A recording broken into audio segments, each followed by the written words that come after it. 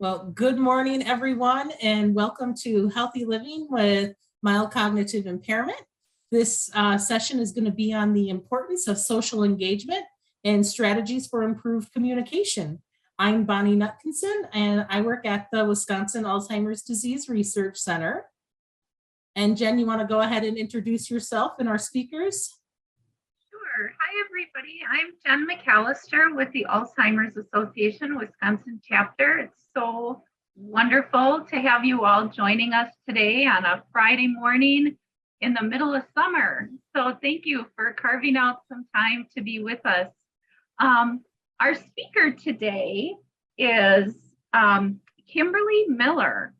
And Kimberly is an assistant professor in the UW-Madison Department of Communication Sciences and Disorders, and is an investigator in the Wisconsin Alzheimer's Disease Research Center. Dr. Mueller studies the effects of Alzheimer's disease on communication, and her research focuses on understanding the neural mechanisms and behavioral aspects of speech and language changes across the spectrum of normal aging, preclinical Alzheimer's disease, mild cognitive impairment, Alzheimer's disease dementia, and other forms of dementia.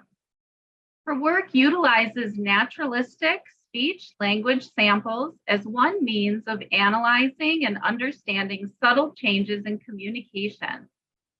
Dr. Mueller is also interested in the design and testing of identification methods of early cognitive change in the presence of Alzheimer's disease biomarkers and multimodal therapeutic interventions to address cognitive communication difficulties in MCI and dementia due to neurodegenerative disease. So, Kim, that is a mouthful. And before we get going with your presentation, I just wanted to take a moment to say hi to Dr. Chin and see if you have anything you'd like to say before we kick off our time together today. Thank you, Jen. No, welcome everyone. I'm excited to see all of you here. I'm very excited to have Kim Mueller with us. I think this is such a critical topic, and it's not one that usually jumps out as your top one or two things when we think about the power of what we can do to stay healthy, keep our brains healthy. I know we cover really important topics like exercise and diet, but all of that is in the context of who we are as people and how we engage with others and our environment. And that really speaks to what Kim's going to present on being social, strategies for communicating. I mean, in essence, what we're trying to do in this series is remind people that it's a holistic approach, and that as a human being, there's so many dimensions to ourselves, and we are meant to be social. And you can choose, maybe Kim will talk about this, you can choose how many people you wish to be social with. It doesn't mean you have to have a million friends like Bonnie, but you can have, you should have people. We want you to have people that you can trust and feel supported by. And so I think this is going to be a great talk. I don't want to belabor it anymore. So Kim, take it away, but thank you for presenting on this. Thanks so much to all of you for having me here today. It's definitely something I'm passionate about. I'm a speech therapist, and I've been a speech therapist for over 20 years now. And my research, it really is all about how can we stay communicating with one another to the best of our ability for as long as possible. And how can we help others communicate? Because that's also a big part of this is strategies for oneself, but also strategies to help others to communicate if they're having trouble doing that. And what you'll see today is that, just as what Dr. Chin just said, social engagement has such implications for health, as much in some cases as smoking or quitting smoking, heart disease. Social engagement seems to have such a dramatic effect on our health and well-being throughout our lifespan. So it's really important. And as Dr. Chin said, it's something we don't want to forget about. I think all of you know a lot of what I'm going to say to you today, but sometimes it just helps to have a reminder and to think a little bit more about what else can I be doing to either help myself or help others to be more socially active. So this is my title slide, and I have these funding numbers here that help me to do the research. And some of the research I'll show today is something that I've done here at University of Wisconsin-Madison. And so these funding numbers helped me to do that research. So I'll talk today first about social engagement. What does that even mean? And what do we know about social engagement and how that might help us be resilient to disease or to other challenges in life? Then I'll talk to you about communication, and communication and language and speech is not always something that we think about when we think about memory issues or memory loss. We often associate memory loss with the everyday problems that come with that. But speech and language is one of those problems for most people who have memory problems. Communication somehow plays a role, and the two are intertwined. And then I'll talk about some speech therapy strategies that we use and that we're investigating here at UW-Madison, and how that might help people to stay socially active. So the two things are so linked. Being able to communicate makes you want to be able to be socially active, and vice versa. So I want to start with talking about neuroplasticity, which you probably have heard that term many times in the media or at these talks.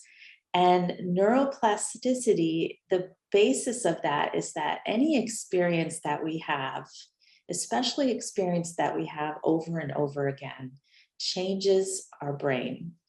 And experience changes the brain at any age and in the face of disease too. So if someone is living with Alzheimer's disease or any other kind of brain illness, still maintaining and experiencing new things can still take advantage of the brain and build new connections. So basically that's what neuroplasticity is, where if we practice something over and over and over again, our brain is going to either strengthen existing connections or make new ones by doing that. And so on this slide, it talks about that sort of repetition and that experience. And just to sum this slide up, it's basically that saying, use it or lose it. And it's the same with physical activity. If you do exercise, if you don't do exercise for a long period of time, you start to lose that muscle tone that you might have built up. It's the same thing with our brains. I'm going to check the chat at all times. And as Jennifer said, if you have any questions, just throw them in the chat and I'll pause as I'm talking so I can see the chat as I go. So on this slide, it shows you that neuroplasticity can result from all kinds of things, some positive things, many positive things, and some negative things, like a traumatic event can change our brains in different ways. But if you see here, diet, exercise, all the things that you've talked about in this series, but also we have social interaction right up here in the middle. So by being socially active, you're actually building or strengthening or maintaining connections in your brain that are really important for your health and for your brain health.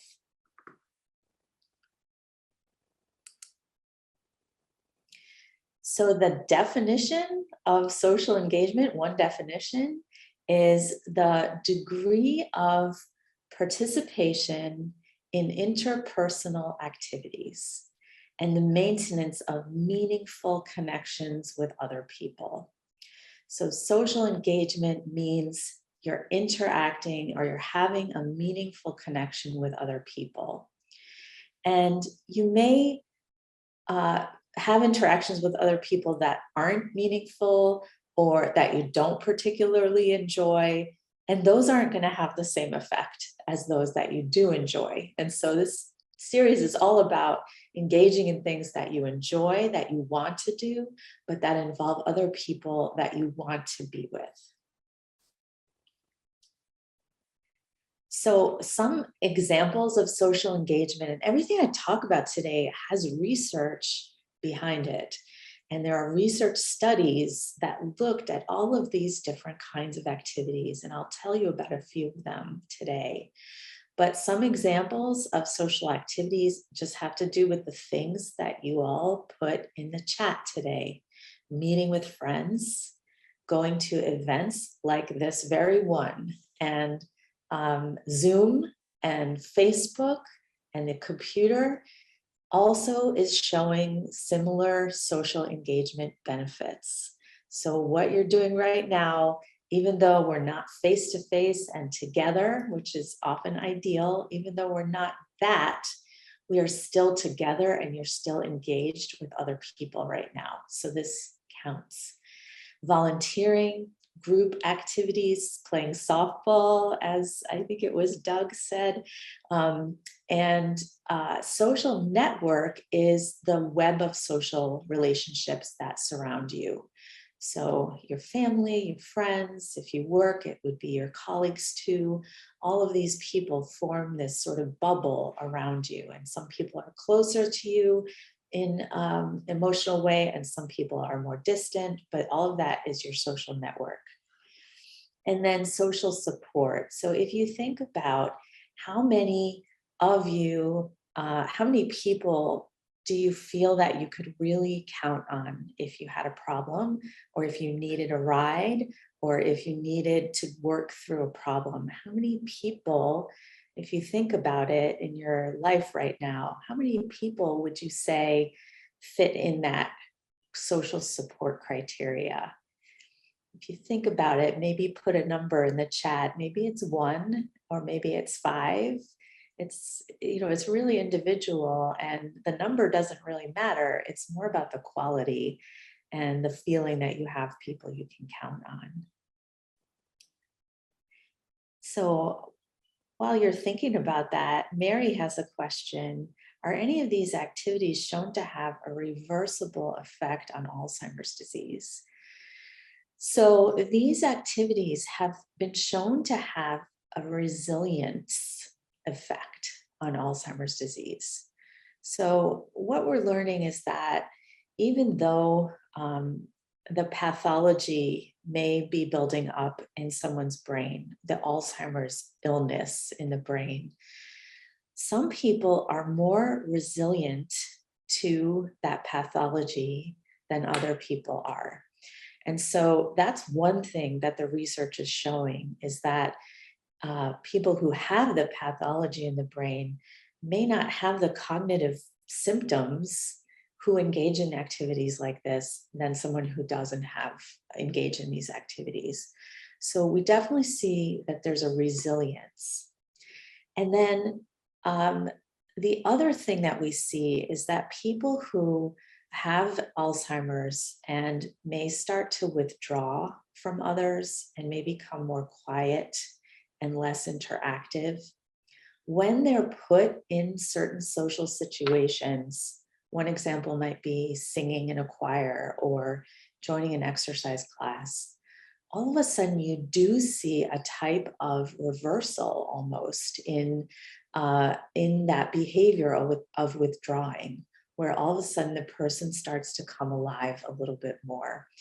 And that kind of effect is really dramatic in some cases, and maybe some of you have seen that in loved ones. And so whether or not it can kind of reverse the actual disease in the brain, that part's not known, but the behavior definitely shows changes in some of these studies. I hope that answers your question some, Mary. Thank you. And Bonnie answered my question about how many people does she feel that she really can count on for social support. And she said about 10 people. And I would probably say something similar. And often for many of us, it's somewhere between 2 and 12, something like that. But some people can say they have a lot more than that even. Thank you, Bonnie. Okay, so here's my Wisconsin research that I've done. So as far as social support goes, does going to something like this count? Yes, this is a sporting event. You're surrounded by other people. You might be with people and talking about the game, but even if you just were to attend this event, this is a social event.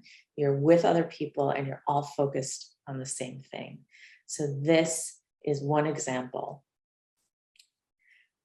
The Packers, another example. And even though this guy looks like he's getting frustrated, he's still sharing that experience with other people. So this is definitely in the realm of social engagement. Okay, I didn't know about these games until I came to Wisconsin and started doing research with people who were in their 50s, 60s, and 70s, and they all told me about these games. So there's euchre. Anybody play euchre? I've never played it. I don't know what it is. I never grew up playing euchre because I grew up in northern Wisconsin and we just didn't play that where I grew up. But I learned how to play it at the Monona Senior Center. Good. And then sheep's head, is that something people are familiar with? Yeah. Do we have any card players here?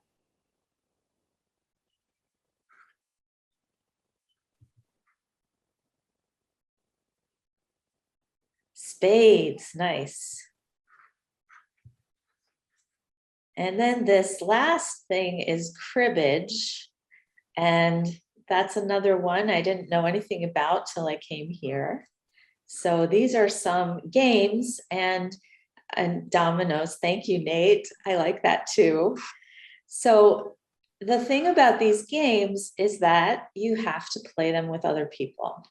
So this is a combination activity where you're not only engaging your brain thinking about what your next move is going to be, but also you're with other people. You're inevitably going to be talking about the game, laughing, focusing on the same thing.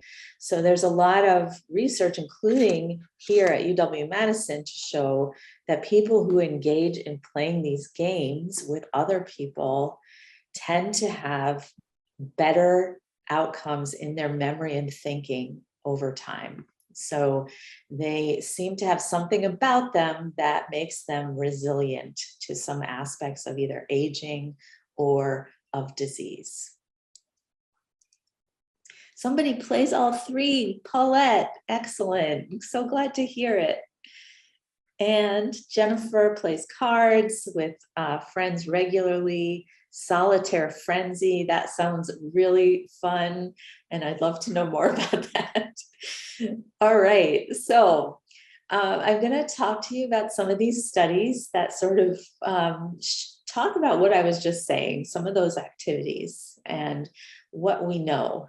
And so observational studies are things that we can't say one thing causes another. So we can't say that if a person reports that they have played euchre their whole lives and then they have less cognitive decline, we can't necessarily say that one thing is causing the other thing, but there's some kind of strong association. And that's what we're talking about when we look at observational studies.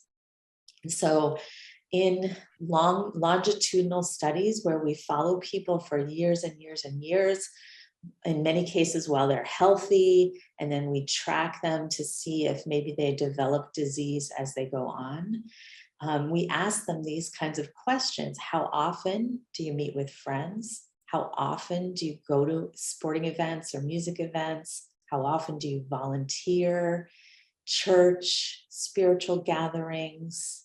And then there's that social support question. So if you were in a research study, or if you are in one, you've probably answered a question like that. How many people would you say you can count on in your life if you need them? And so these studies have asked these questions from people over courses of years and years and years, and then compared those answers to how they're doing health-wise and how they're doing with their memory and thinking over time. And so, as I mentioned with euchre and with cribbage and sheep's head and those kinds of games, but also watching football, there's this cognitive thinking component to it. And so we can't always tease out what's the active ingredient, what's the thing that's really helping, but it's this combination we think that is really especially powerful. And one outcome besides memory and thinking that we see an effect on is stress and mood, depression, anxiety. People who are more socially active have less of those kinds of things or experience them in a less upsetting and dramatic way. Okay, so I'll tell you a little bit about a few studies that are very specific and looked at very specific things. But the key to all three of these studies, if you look at these numbers here, these are large numbers of people that they have followed for a long period of time. So in this first study, they looked at 1,000 adults who were aged 70 to 79. In this study, 6,000 Japanese adults over 65. And then in this last study, 16,000 adults over a period of time. And all three studies looked at those kinds of questionnaires that I just talked about and found that those people who are more socially active have better memory and thinking outcomes over time. And so there is some kind of protective effect. So whether or not you feel 100% healthy with your memory and thinking right now, or if you're having problems right now, the more you can engage in social activities, the better your outcomes are going to be over time. And that's kind of what these studies are summarizing here. And Finland also does a lot of dementia research, and they do a really nice job of it, especially studies that are putting people on some kind of program. And so this study took 235 adults that were already in an adult daycare setting. And the adults got an intervention that included social activities. So they had discussion groups, they had peer support groups, and then they also had some other things like writing and exercise and art. But this social engagement piece was central to the study. And then they had control people who didn't get that extra socialization. So people who just went to the daycare but didn't get this extra support. And this answers Mary's question a little bit. So those people who were on the intervention actually improved in their cognition over time than those people who didn't have the intervention. So we see an improvement, which is all about that neuroplasticity in some cases, but also just about, potentially it could be about improved well-being, a sense of belonging. It's hard to know what did that, but it's really compelling kind of research to show this kind of improvement in cognitive ability. check about questions. So, I think that one thing research is showing, especially in dementia research or in research that has to do with memory loss over time, is that we don't always have to try to figure out, well, what's the one thing that's going to work? What's the one pill, or what's the one exercise, or what's the one thing? And that part's not that important. And that, as Dr. Chin said, we're holistic people, and we're probably better off just throwing as much as we can about what we know into the mix to have the best improvement over time. And that's what this Finnish study has been doing, and other studies have sort of popped around that do this kind of approach, where they take all of the research about exercise, social engagement, cognitive activity, diet, and taking care of your heart health with medicines and other, just making sure that you're healthy.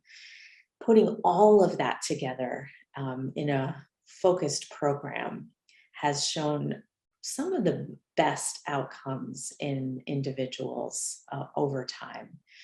And so I think, every little bit has its own component, but all of this put together is probably the most powerful. And so this study has been following these individuals in Finland and putting them on a holistic intervention where they get diet help, they get exercise help, cognitive training, and then social engagement. And all of these things together are showing that these people are actually staying the same in their thinking, or in some cases getting better, but they're not declining in a fast way as if they didn't have this intervention. So this is just kind of a graph. If you like graphs, that's what this one is showing, is that the people who got the intervention, so the people in red who got the intervention, actually show this improvement. And these scores on this y-axis here are the memory and thinking scores. And so the people who got that multi-intervention are just separated. They're showing a faster improvement over time in some of these memory and thinking skills. So important to think about social engagement, but also your whole health. So there are other studies going on, and as always, we encourage you to look into research studies and being a part of them if that's something that you're interested in. On here, I have listed a few of the studies that are going on. And this US study, I'm not sure where they're at with their enrollment, but you can go on to a website that sort of gives you all of the clinical trials. So that would be, Bonnie, do you have the link to the Alzheimer's Association clinical trial piece? Or Jennifer, if one of you have that and could stick that in the chat, that would be great, just so people can revisit if there's some study that they might want to participate in.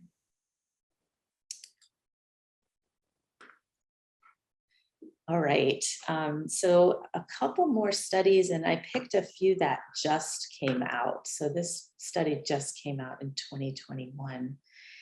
And I do love anything about volunteering, and the reason being that in addition to social engagement, there's research to show that if you actually sort of take the focus off of yourself and put it on another person who needs something, you have a better sense of well-being, more so than if you didn't do that kind of volunteering work.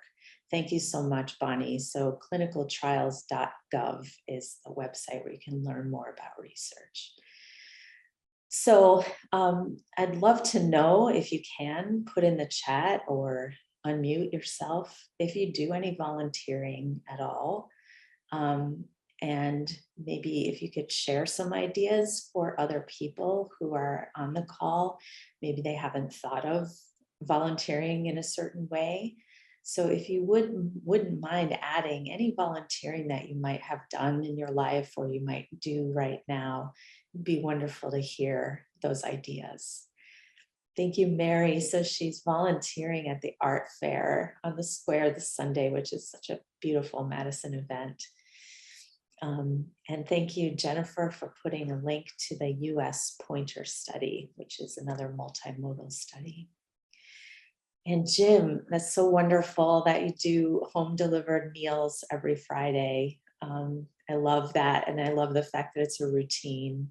But again, you're really helping another person and it has this social engagement component. So what a wonderful thing to do for yourself, in addition to these people you're helping.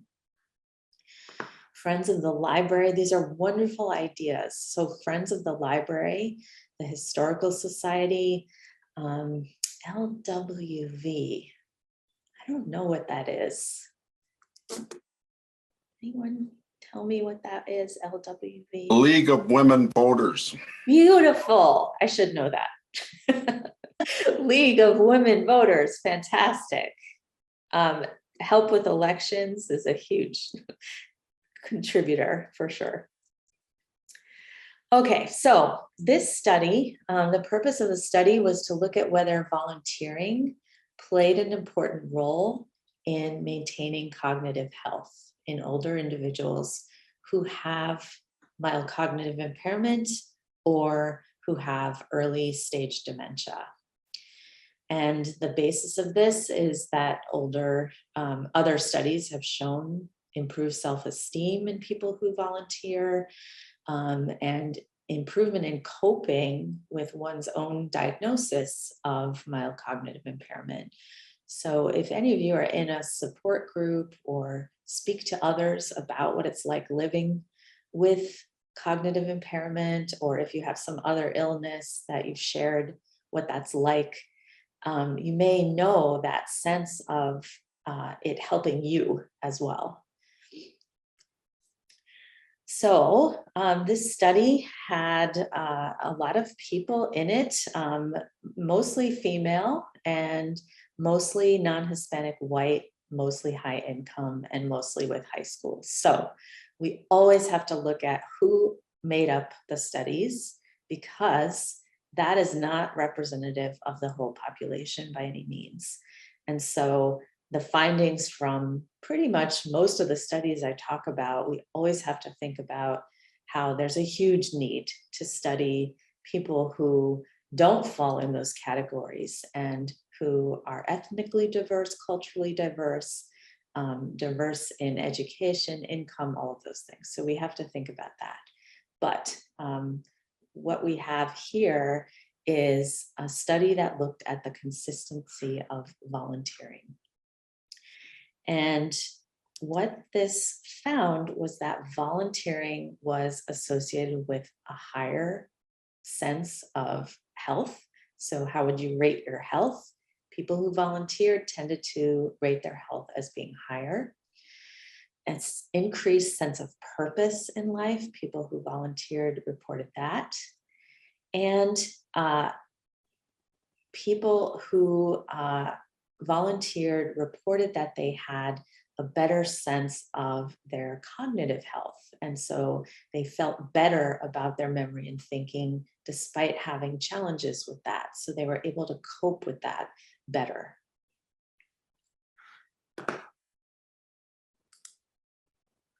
Okay, so that study was about volunteering. This study is about exercise and how an exercise group class can be a form of social engagement that has extra benefits on improvement in cognitive skills.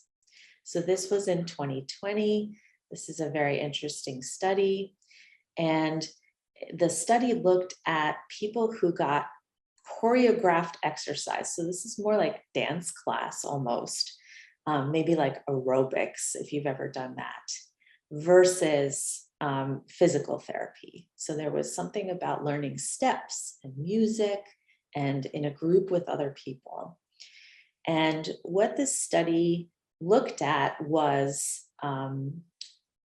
how people did in terms of their cognition. So the main outcome was, how did they do on the memory and thinking tests after the intervention? And so people in this choreographed group, so the aerobic dance class, did better on tests having to do with memory and language. And so you think, well, why would learning how to dance improve somebody's memory and language?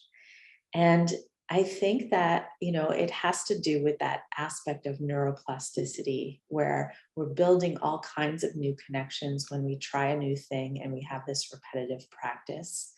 And so it can transfer to other skills like verbal and memory ability.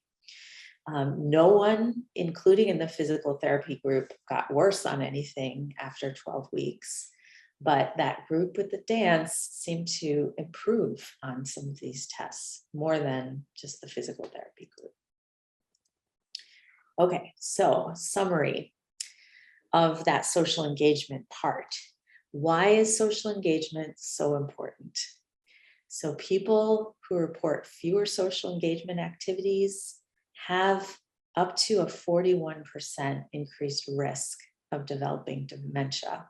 This is a new study that was in the news a lot because it was such a large sample of individuals, and they followed them for such a long time. So we definitely see a reduced risk of dementia in people who just continue to be socially active. People who report attending community events and social engagement events have a decreased risk of developing dementia. And I think this last point is super important, which is that social isolation and loneliness can have nearly as high a negative impact on heart and brain health as smoking or high blood pressure. So this paper on the right-hand side showed that smoking and social engagement, independent of each other, had a similar risk of heart disease deaths to one another. So it's hard to believe that, but loneliness and isolation is really bad for our health. And so it's hopefully a sobering piece of knowledge that you can take with you today, that the risk of being lonely and isolated on your actual physical and brain health, it can be as high as if you're a smoker, for example. And Mary asks, were these recent studies done in Wisconsin? No, these recent studies that I'm showing right here were not. But I am going to show you a study that I did in Wisconsin about social engagement in just a minute. So thanks for asking that. These studies were done, either in other countries or in the US. The health and retirement study is something that is very large and has been going on for a long time. So that first study reports on people in the whole US, but not specifically in Wisconsin. Are there any questions that anyone wants to ask or any thoughts that you're having? And feel free to unmute yourself or write in the chat.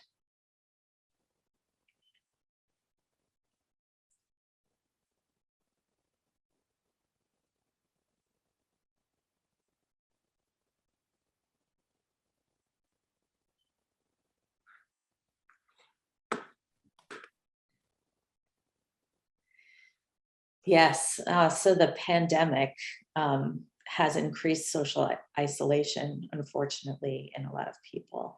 And that has had negative impacts on especially people living with dementia, and especially people living with dementia in care facilities.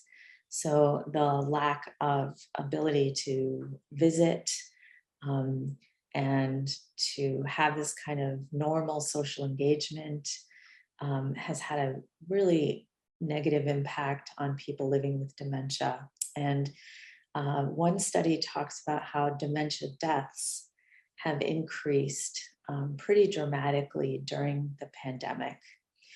And it's hard because it's so early on to tease out what the cause of that was. But in the research papers, they talk about how this social isolation may be one really important reason why the dementia deaths have increased during the pandemic. So it's a really, really important point that you're bringing up, Mary. We're here on Zoom because of the pandemic. This is how I think we started doing these on Zoom. And some benefits have come out of that. I think we can reach more people. Sometimes it's easier to attend events by Zoom, especially if you have mobility issues. So there've been a lot of positives, but that is a very serious negative, especially for people living with impairments or physical issues. Kim, one of the things I think about a little bit is, so as Nate mentioned in the beginning, like I'm a highly social person, right? Like I think if you know me, you know that about me. My wife is the exact opposite. She is an introvert. She works with children during the day and they take everything out of her. And so like her level of engagement has a much different starting point. And I wondered if people have looked at like those starting points for people who are more social versus those who aren't, and what that looks like in comparison to each other with just who we are as humans. Right. I think that's a really good question. I'm not up on the latest research about, what you're talking about, which is essentially, personality differences. And I'm sure there are people on the call who can relate to your wife, right? Who, it's never been something you love, is kind of like constantly hanging out with other people, or maybe you like it in small doses and in very specific ways. And that's just who you are as a person. There has been, personality research for sure. And the one that stands out to me the most is that people who are, and it's not really about introvert versus extrovert, but people who have more of they call it like neurotic personalities. So people who tend to worry a lot and have, high anxiety tend to have a higher risk of certain diseases, including cognitive impairment related disease. But about the introvert versus extrovert, I think that the dosing is not the same for every person, but that despite any of it, there's some social engagement that people need. And to be isolated is very different from being an introvert and being someone who really needs their quiet time. So I think it's just, degrees, right? And for some people, a smaller degree goes a long way than for other people, right? Does that make sense to what you're saying? Yeah, 100%. Thanks. Yeah. Kim. Yeah, it would be good to know that research, and I'll see if I can find anything on that and get back to you, at least so you can share with your wife for sure. So I'm going to just shift a little bit about communication now. And how are we doing with timing, Bonnie or Jennifer?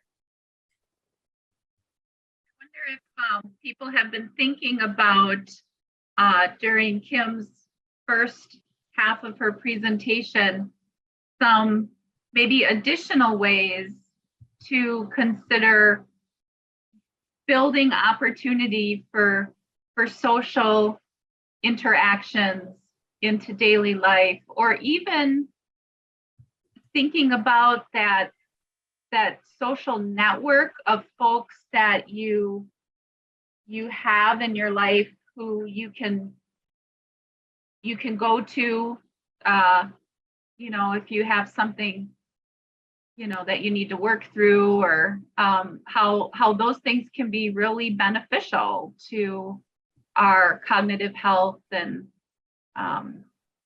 if anyone has any insights that they've gained through our first hour of our discussion today, we'd welcome the opportunity to hear from you.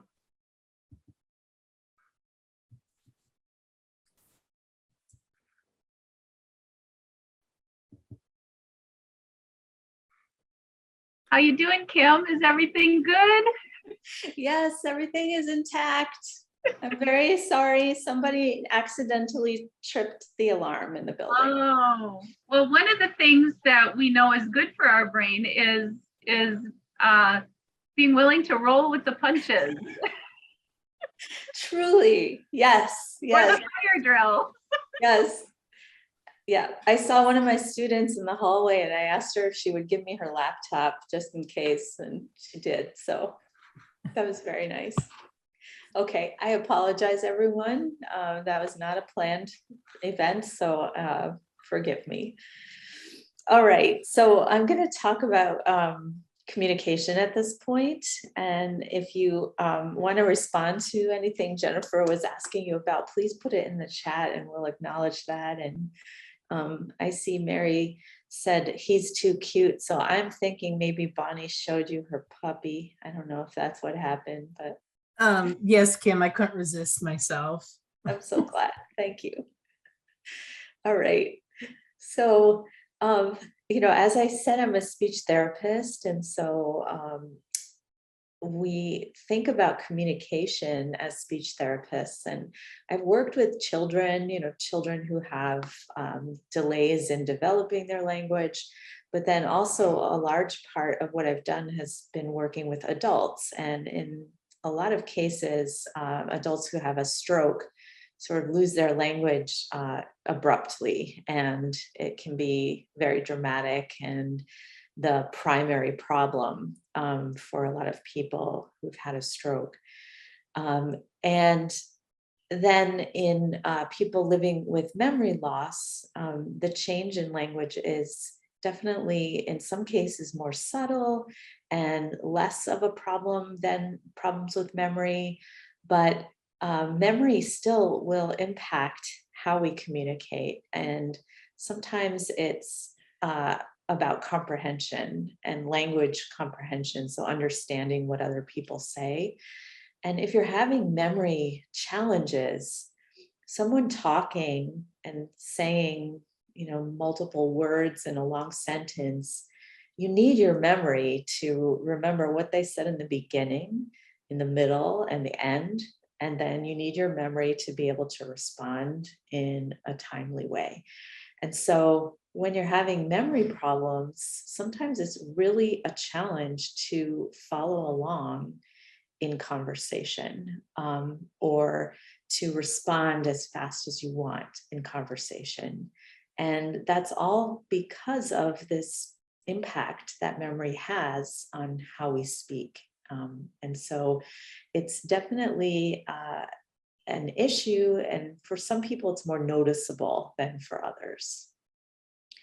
So these are different terms that we use in our field of speech therapy, but the main important one is communication. So some people like to talk a lot, some people don't, but we all communicate in some way, shape, or form. So we communicate by looking at each other, by smiling, by laughing, by speaking, by using our hands, gestures, all of that. That's what communication encompasses, is just every aspect of how we get our meaning and our message across to other people. And this is a picture, a very colorful one, of the brain. And this is right here is one part of the brain that's important for speaking and understanding language. And this is another part that's important for speaking, especially for speaking language. And over here, this part of the brain is where our memories are formed. And in some cases, our memories are stored in this part of the brain.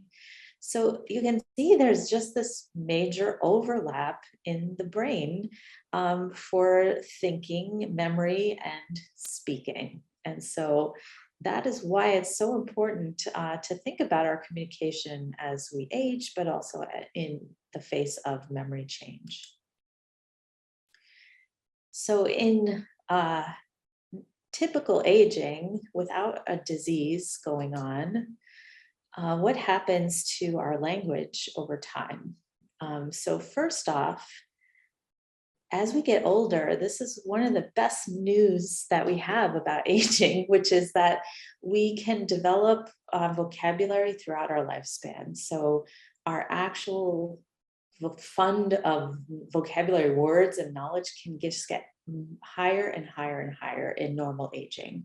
So we don't lose that, and it stays the same, if not gets better, depending on the kind of activities you do. The way that we learn to speak, so the way we form our sentences and understand sentences, that does not change in aging either.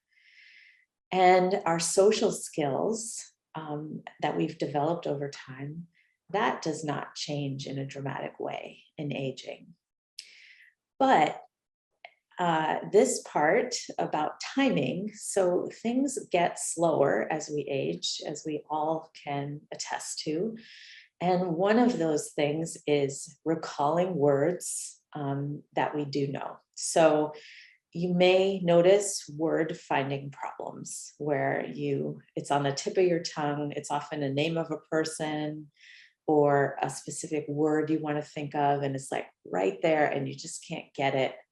But then later it comes to you, and that is normal aging. And it's really just a process of slowing down. It is not that you're losing anything. It's just that the connections and the parts of the brain that connect to your mouth and all of that are slower over time. And so if you have that problem with thinking of words, that's just part of aging. But if you have memory challenges on top of it, sometimes the word retrieval problem is a lot more severe and a lot more bothersome as you're talking. And it just keeps coming up and it's harder to come up with the word. And so sometimes what happens is people feel frustrated with that and then start to withdraw a little bit and maybe don't feel like talking as much because that keeps happening. And so understanding the interplay between memory and language can really help some people with that frustration, just sort of understanding, okay, it's a connection between memory and language, and there may be strategies that you can use to help you along, but sometimes just understanding what's going on in the brain to make that happen can be very helpful and reduce frustration in some cases. So in memory loss, the word retrieval problems just become more frequent. And I don't know if any of you on the call have experienced that fact, or if you've seen another person who seems to have more trouble with that. But as I mentioned earlier, the other part of memory that impacts language is following along with what someone's saying, especially if someone's talking fast, or if someone is talking fast and there's a lot of noise in the background. So that can really have an impact on your memory for what someone is saying, and then it's hard to understand. There might be just a reduced choice of words in memory loss. So we don't have the same access to the words that we used to have. And people with memory impairment might have more simple statements than they used to, or might benefit from others speaking in a little bit more of a simplified way, as opposed to complex sentences. And then memory can have us sort of lose the thread of thought while we're speaking or while others are speaking, because of that demand on our memory and language. So other changes that are part of communication include reading comprehension, more trouble following along in noisy environments with or without hearing loss. Hearing loss is a whole nother topic that I would be happy to come back and talk about at some point. But hearing health as we age is a really important way of maintaining our memory for as long as possible. So it's part of aging. Most people develop hearing loss over the span of their lives, some more severe than others.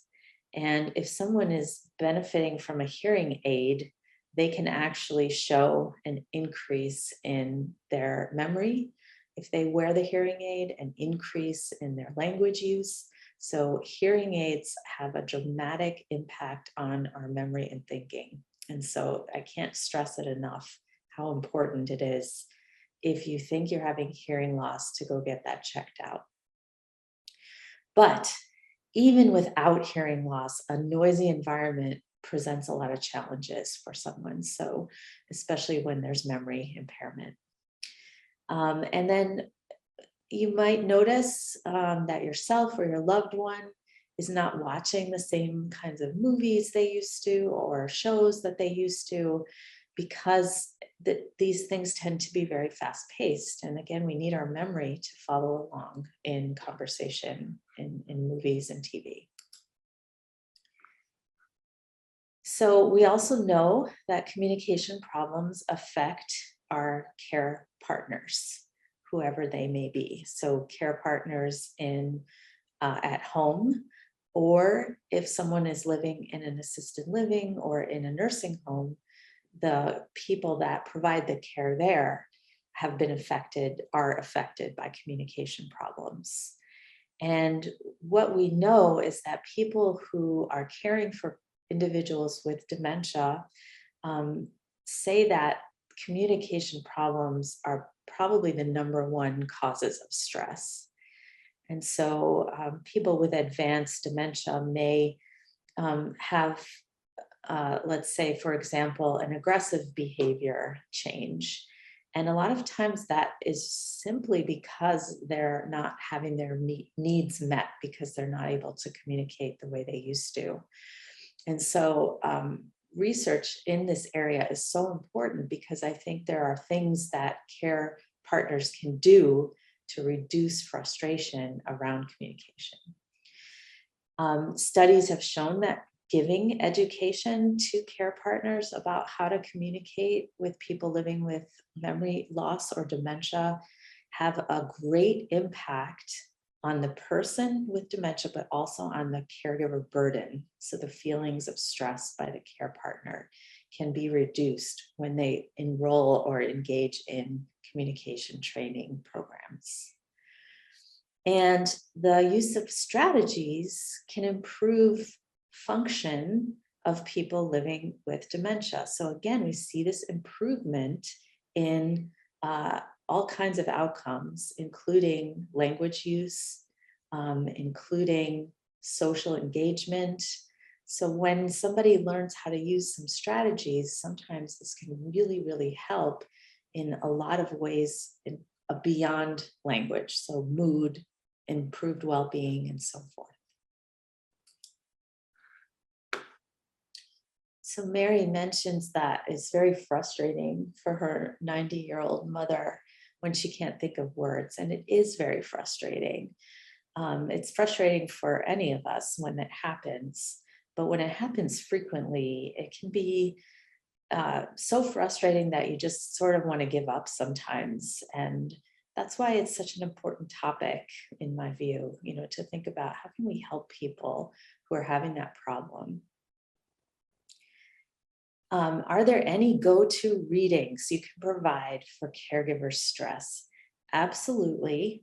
And Shannon, I would love to share those with you and with anyone who needs it after today. I can gather those for you. Caregiver stress, caregiver burden is such an important topic, and it can really help, again, to be armed with as much knowledge as possible about that. Just knowing, what's causing that and how might we alleviate that. Knowing those things can really have a great impact on our health. So the whole point of this talk is that communication ability and social engagement are completely linked throughout the lifespan, and especially in disease. It's so important to be able to communicate so that we can stay socially active. And as I've alluded to, the more communication problems someone's having, the more likely they are to just sort of withdraw, because it's easier in a way. But that's something we want to try to avoid, and we want to try to help others avoid as much as possible. So here, and this is a shout out to Mary, here is a Wisconsin study in particular. And this is a study that I led a couple of years ago. And this is looking at communication ability and social engagement in the Wisconsin Registry for Alzheimer's Prevention Study, or WRAP. And so this study, I don't know if any of you are participants or participants in the study, but as you can see, this map of the US, all these people here in Wisconsin are part of the study. And then these people that fly into Wisconsin are usually Wisconsinites who have moved away for retirement or children or some reason, and they fly back to Wisconsin and do these visits every 2 years with our study. And the Wisconsin Registry for Alzheimer's Prevention, at this moment in time, the enrollment is only open to individuals who are from underrepresented backgrounds or minority individuals. And so right now that's the recruitment. However, the study is undergoing a renewal for funding, and I believe that they want to reopen enrollment in this study. So definitely keep that in mind. And then there's the Alzheimer's Disease Research Center that also has studies that are open. And so if Bonnie or Jennifer can put a link in the chat to the Alzheimer's Disease Research Center website, you can look and see at what Wisconsin studies might you be eligible to participate in. So this study, WRAP, has over 1,600 people in it at this point. And the key to it is that they are young, healthy people when they start the study. So they don't have dementia, they don't have Alzheimer's disease when they start the study. But they did have, for many of them, had a parent who had the disease. And so they're at an increased risk because it may or may not run in their family. And so these people have been coming in and doing a ton of memory tests. Sometimes they give blood to us, they give cerebral spinal fluids, they do a spinal tap, they have us image their brain, where it allows us to see if they're developing the disease in their brain, and if or when they're showing any kind of symptom of cognitive impairment over time. So it's a really important study that's been going on for 20 years here in Wisconsin. It's known by the world. So Wisconsin is definitely on the map for Alzheimer's research. So in this study, I asked people to speak into an iPad, into a recorder, and they'll talk to me about why they enrolled in the study. They also talk about what they know about Alzheimer's. And then they just describe this picture really quickly. It's a picture that's used in testing for speech and language. And so with those recordings, I can look at how someone is communicating, and I can analyze the speech from those recordings in all kinds of ways to see if we see changes in communication over time. And so that's a lot of the research that I've been doing. And so what I did was I, again, had people speak into a microphone, and then we got measures from that speech that they did. And then we have, a bunch of different ways of looking at, is their speech changing over time? And at the same time, we also looked at what kinds of social engagement they were doing at each visit that they come in. So some people have been in the study 20 years. They fill this kind of questionnaire out every 2 years. So how often do you play chess, bridge, Scrabble? We should put sheep's head and cribbage and euchre on there. Board games, writing letters, talking on the phone, leading discussion, those kinds of things. And we ask the participants this question every 2 years, and we come up with a score of how socially active they are. And what we found when we looked at people who are socially active and their speech over time is that people who started to do less and less social activities also got worse in the way that they spoke on that tape recorder over time in these measures that we look at. And so people who are changing in social engagement in a negative way, so doing less social engagement, are also, this is sort of showing up in their speech over time as well. And so this leads to a couple of questions, right? So first, are they not engaging in social activity because they're having more problems with memory and thinking and speaking? Or is that change in social activity maybe because of retirement or maybe because of health issues? Is that causing the change in speech? We don't know the answer to that, but it's a really good question. But basically what this shows is that the two things are linked in an important way. So we know that giving people communication strategies for word finding or for speaking maybe slower or having others speak slower can increase social engagement. And people have measured this in especially controlled environments like nursing homes. So one realm of this research is intergenerational programming. So I don't know if any of you who said you volunteer, if you ever volunteer with children, little children, like reading to a classroom or anything like that. But that's the kind of intergenerational programming we're talking about.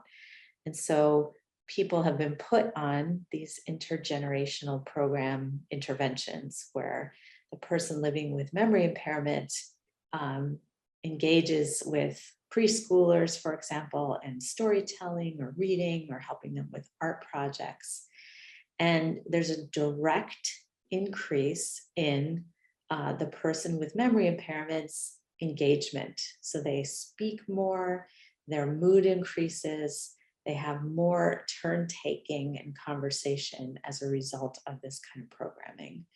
So several studies have done this, and it's just really wonderful for the person with dementia, but also for our young people to have that experience as well. I think it's just a really wonderful way of approaching this. People have looked at training on communication technology, so using email, Facebook, and we're seeing positive benefits there in terms of mood, social engagement, and carryover into communication. And then these other strategies like using visual supports, word retrieval strategies, and strategies for care partners around communication results in less withdrawal from social activity.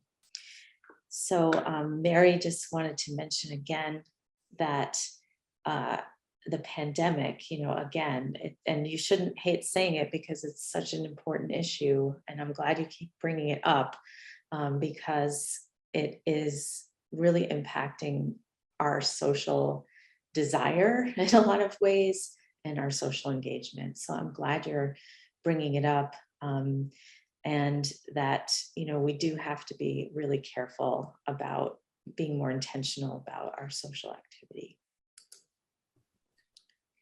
And I was just going to jump in quickly, Mary, to kind of go to your point. I know my mom was one of the main caregivers for my grandma for a solid probably almost year of the pandemic.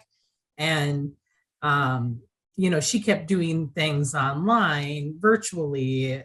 Going to church is really important to her. But even when things started to open back up a little bit, she wanted to make sure to keep my grandma safe. And so she, who desires and wants to be with people, had to pull away from a lot of that so she could keep her safe, keep my grandma safe by my mom not going out and seeing people. And that was really hard on her to, have to do that. But she obviously wanted to keep the needs of my grandma's health and well-being first priority.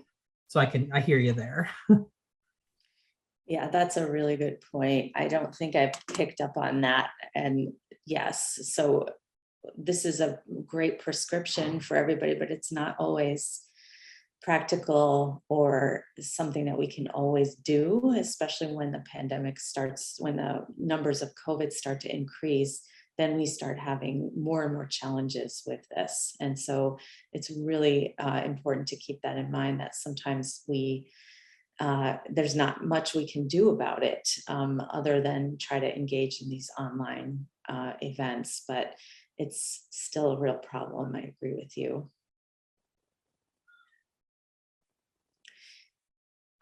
So a lot of people, insurance companies especially, don't realize that speech language pathologists, as part of their training, they're also trained in memory care.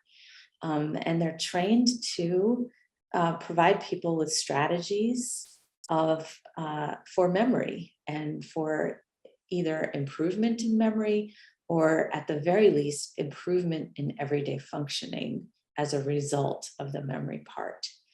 So we don't often get referrals as speech pathologists for people living with MCI because number one, a lot of physicians and others just don't know that this is an available service. And number two, insurance companies don't know how valuable this can be. And so it takes sometimes a savvy speech language pathologist to obtain reimbursement to do this kind of service, but it's possible and it's out there. I'll also want to let you know that here at the university, we have a speech and hearing clinic. And this is where students who are getting their master's degree, becoming clinicians, are learning. And the clinical supervisors are supervising them while they're doing the therapy. It's an affordable option for people. And it also really gives back to the community because it helps these students to learn. So if you're someone who's interested or you have a family member who's interested in getting some memory care strategies or speech strategies for people with memory loss, looking into our clinic here at UW-Madison is a very good idea. So if you want to learn more about that, I don't know, I can probably put it in the link later or in the chat later. It would be the UW-Madison Speech and Hearing Clinic. So the kinds of things that speech language pathologists do in terms of strategies have to do with memory, retraining strategies. So you might need to or want to, for example, go to the store and pick up some things. Maybe you had a list, which would be ideal, but maybe you didn't. Or maybe you wanted to try and work on your memory in terms of remembering a list of a few things. So one strategy of many is this kind of method of loci is what this is called. And so if you were to take a familiar room in your house that you know super, super well, and you wanted to remember 3 items, let's say on a list, then you would place in your mind's eye, you'd place those items in specific locations in the room. And you'd talk about that. You'd say, I'm putting an apple on the kitchen table. An apple is the first thing I want to remember. And so on. And this strategy, because you're using a very specific visual strategy, can be a way of remembering a list of things that you need to remember. So this is just one example of a memory strategy that you might get trained on. There's also just self-cueing strategies that might increase the speed of word finding. So if you're having trouble remembering a word, one strategy that we might teach you would be to talk around that word. So just immediately start to describe what it looks like, describe the person, what that person looks like, or what they do for a living. We would have you sort of talking around something. And then often the word just sort of pops out in that case. But there's also very routinized practice around this that can actually build connections in the brain that we've seen with imaging techniques. And so these interventions by a trained speech pathologist can really help with word retrieval, especially if it's presenting a problem in your everyday life. And Mary, to come to the speech and hearing clinic, or anyone to come here, you don't need a referral from a physician. You can, unless you're going to try to use insurance, but they have a fee, like a standard fee for the whole semester. And usually you would come either once or twice a week. And the fee, I'm not sure if you can get reimbursement from insurance, but it's usually very reasonable and it's on a sliding scale. So if there are any monetary issues, the clinic can often work with individuals on that. So you don't need a referral. You can just give them a call and talk with them about what you're thinking. And in the follow-up email that we send after the program, I'll put the link to the speech and hearing clinic and that information in there so everybody can get access to all the things we're talking about today. That sounds great. Thank you so much, Bonnie. Other things that speech therapists might help with, or that you might be able to implement on your own, include the use of what's called a memory book, a memory wallet, a memory box. And in this kind of design, we would help a person identify, okay, who are the most important people in your life? What are some of the things that you enjoy talking about? And what are some of the things that you enjoy doing? These are just some examples. And in this memory wallet, we might just put one picture that would cue you to be able to recall something you want to say. If you are in a kind of large social gathering, like with a lot of people at a dinner table, and you want to talk about something, but it's kind of hard to think of things, these kinds of visual cues where you just see a picture of something can really help to just give you ideas on what you want to talk about, which can be overwhelming if you're having memory issues. And so these kinds of tools help along all stages of memory loss. And so for people who are more advanced, these can be really useful in nursing homes. But for people who are kind of having just everyday struggles, in their thinking about what are some visual supports that I can use that might cue me. They don't have to be super obvious, but they might be helpful. For medications, if you haven't already looked into, or for yourself or for others, about their automatic pill dispensers, there are all kinds of medication aids for remembering when and how to take them. And then Alexa, or these smart speakers where you can program a speaker to remind you to do things, an alarm, that kind of thing. These are becoming more and more accessible for people as technology improves.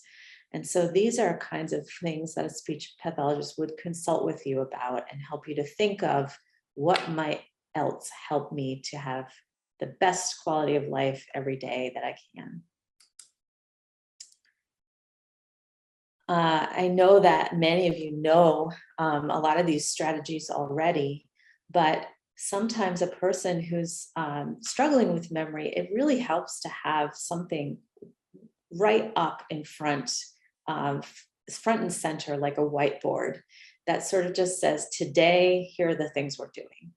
And I think, people who are retired just in general benefit from having a schedule, because we wake up and we don't know what day of the week it is often. And so having that kind of visual support can be really helpful for memory. But also these kinds of things tend to help with communication in general. They tend to reduce communication breakdowns when we have as much visual support for memory as possible. Other therapy techniques, I mentioned a lot of these, but we also have been working with patients here in the clinic to use smartphones or tablets to organize their lives, or to write down some questions that they might want to ask at the doctor. So we really consult with patients and with their families about what are some of the common struggles. Is one struggle, you go to the doctor, you meant to ask this question and you didn't ask it, and that's very frustrating. So we might help you identify those areas and come up with solutions. It might be a smartphone, or it might be something really low tech, like a notebook. But this is what we're doing here in the clinic, and a lot of our patients are reporting, just feeling improved satisfaction with their everyday activities. Another technique is for memory is called spaced retrieval training. We also use this here in our clinic.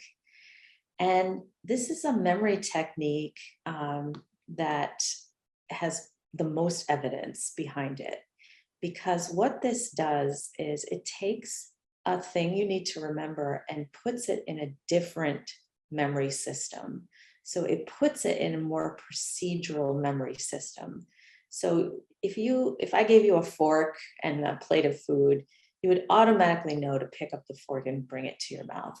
You'd know how to use it. And you're not consciously having to think about, how do I do this? So that's the kind of procedure memory that we're talking about. So we can use this technique where we train someone on one fact at increasing intervals of time. It's a lot of repetition and it's a lot of data keeping, but eventually the behavior becomes automatic.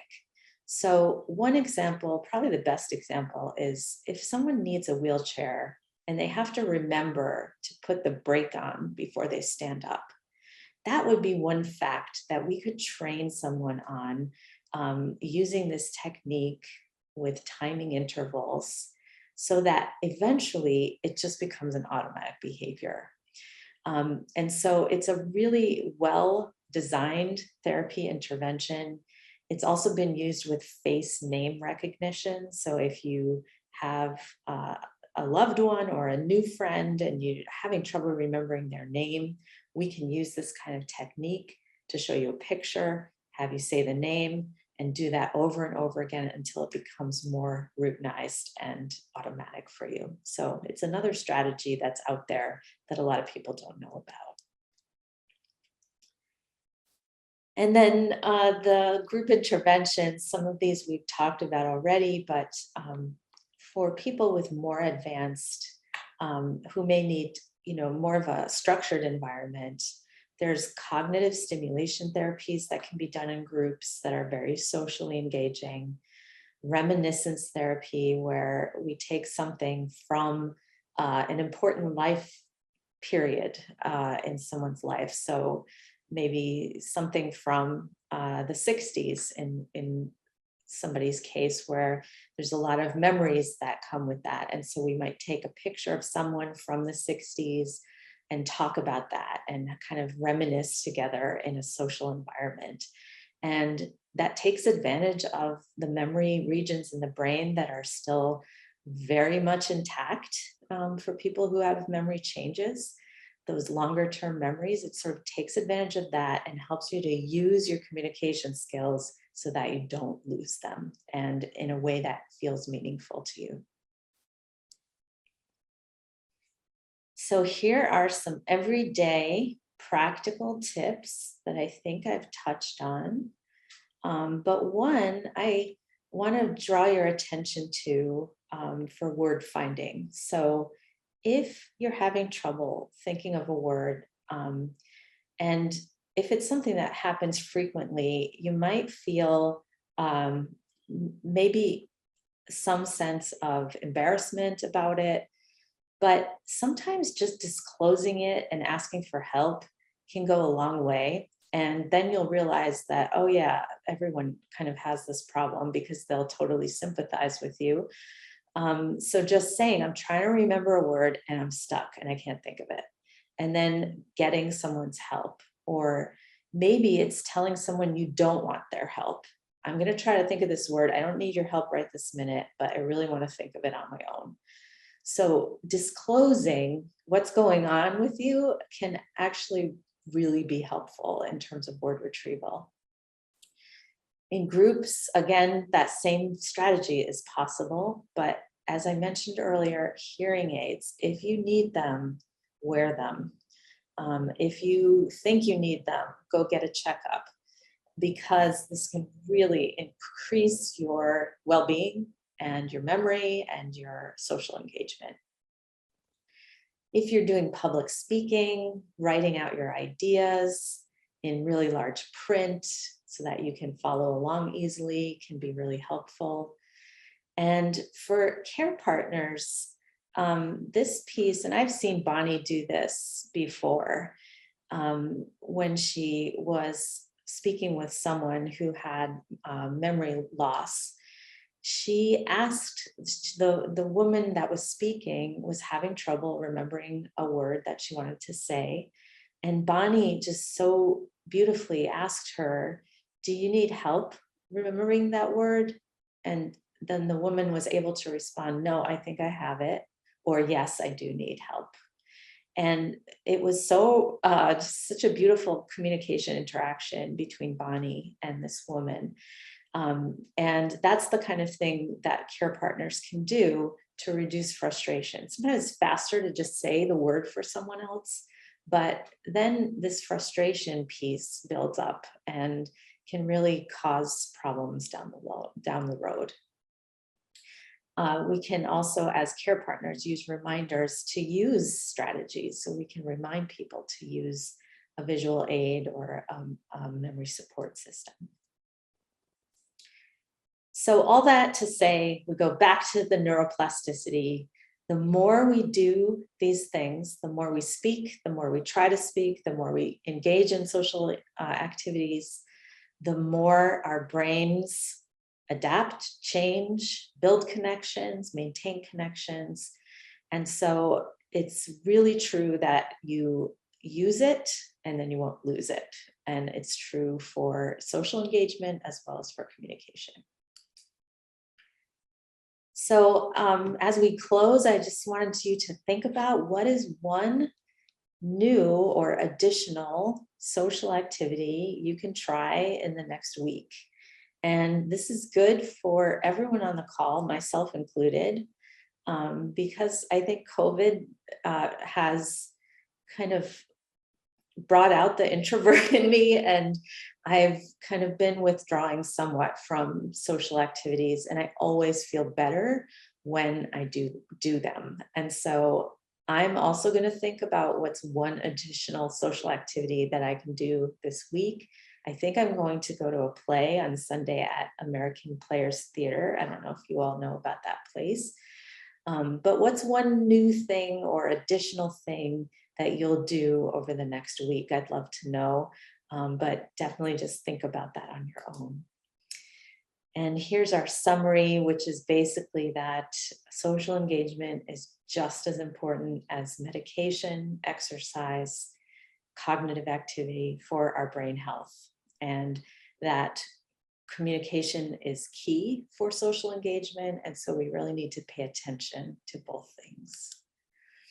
All right, and I'm going to stop there and see if you have any questions or thoughts, or if there are any other things you need from me that I can provide after today. I'd love to do so.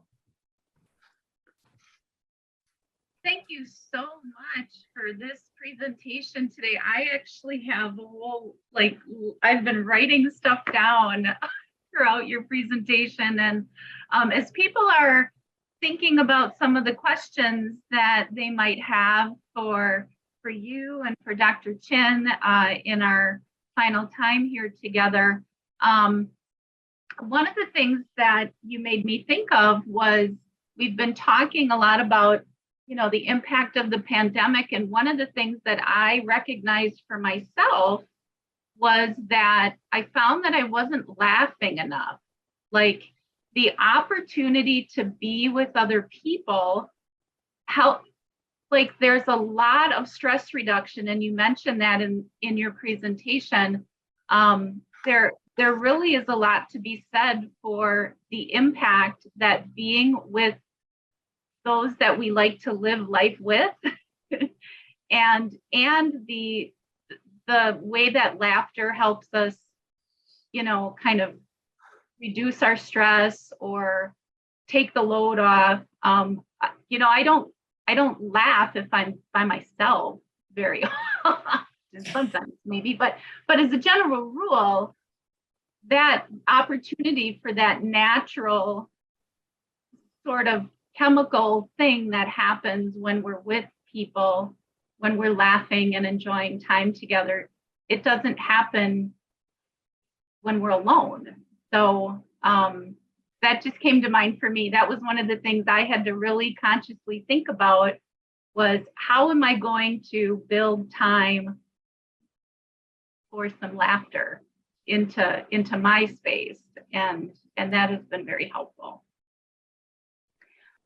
Yes, Bonnie has shared that the recording will be shared, and everyone will receive an email once the recording, the editing of that has all been taken care of. So I think we'll take the fire drill piece out of the recording.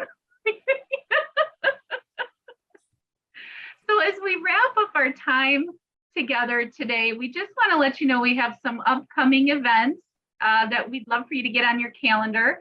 We have 2 more Healthy Living with MCI presentations coming up this year. Our next one will be on September 16th. That's another Friday from 9:30 to 11:30. So if you have enjoyed today's conversation, I would encourage you to come back and be with us again.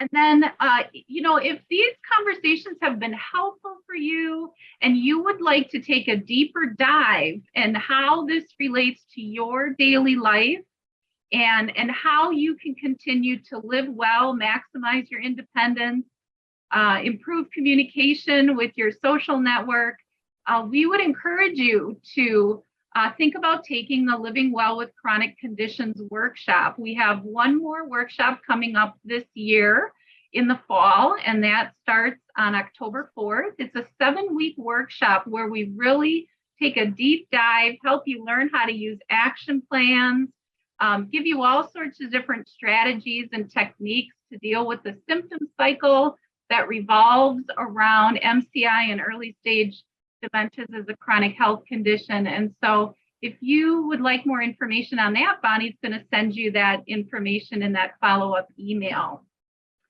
Dr. Chin, do you want to speak a little bit, just briefly, on the Dementia Matters podcast that you do each month? And we've got some coming up soon. Do you want to speak on that? Yeah, thanks, Jen. I think many of the people in attendance know, but the Wisconsin Alzheimer's Disease Research Center has a podcast meant to translate some of the cutting edge research into terms and language that we all can understand. We don't have to have a PhD in biochemistry or speech language pathology, and we can have these excellent speakers like Dr. Mueller explain this to us. And so the podcast is meant to be 10 to 20 minutes long, so not too long for you to listen and understand what's happening. Another one of our aims is really to empower our caregivers and family members who might be wanting to learn more and help more with those that are living with changes. And of course, those that are experiencing thinking changes, we certainly are reaching out to those individuals to let them know all the different things that one can do for resilience, as Kim has mentioned. There's a special series going on right now. And so with the Alzheimer's Association, there's a big conference that's going to happen at the end of July called the Alzheimer's Association International Conference. It's the biggest one that we all get very excited about. And we are releasing 2 episodes every week, starting this past week, on some of the keynote speakers and some of the leaders in that organization, so that our listeners can understand what's happening in the conference, and then also to let people know that you can attend the key speeches and presentations of that conference for free from your own home. And so for those that are interested, please check out not only the podcast, but then the website so that you can register. But yes, so I would say, we're very excited about the podcast, and we're hoping it connects with you all and anyone who's interested. Please do reach out to us if you have topics that are of interest or you think need to be addressed, because we're certainly open to that as well. Thank you, Dr. Chin, and thank you for speaking about the International Conference on Research that is coming up. And Dr. Chin is right. If you would like to listen to the plenaries, I always get that word mixed up. They are available at no cost, and so we'll put that information also. Bonnie, if we could put that information in our follow-up email, that would be wonderful. So if you'd like to stay connected to us and learn more about upcoming programs that are happening, both with the Alzheimer's Disease Research Center and with the Alzheimer's Association, these are the links that you can go to subscribe to our newsletters. I think that was everything, Bonnie, right? Oh, we're also available on social media on Facebook, Twitter, and YouTube. So, Bonnie, is there anything I missed? I just wanted to follow up with a couple last thoughts. I know we talked a little bit about research and studies that are currently recruiting during the presentation today. And so just to follow up, and I'll put this in the email, but we are currently recruiting individuals with a diagnosis of mild cognitive impairment for our main study at the research center called the Clinical Core.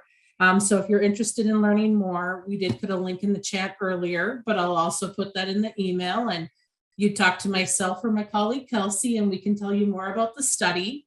And then we are doing a study on dementia care research, and we're recruiting people who are care partners, and then the person who is living with the diagnosis. So the person they're caring for. It can be somebody who has MCI, and right, your caregiving roles and your roles together look different compared to somebody who might be having Alzheimer's disease or another type of dementia and further in their disease process. But we are looking for individuals to enroll in that. And it is a phone call once a year. So it's pretty low burden. You get some reimbursement for doing that. So if you're interested in that as well, you can reach out to me, and I'll put that information in the email so we can get you connected. And then in the chat, I did put the link for the survey. We'd love to get your feedback on today's program and your thoughts and ideas for future topics. So please go ahead and take that brief survey. We'd love to be able to collect that data from you. Wonderful.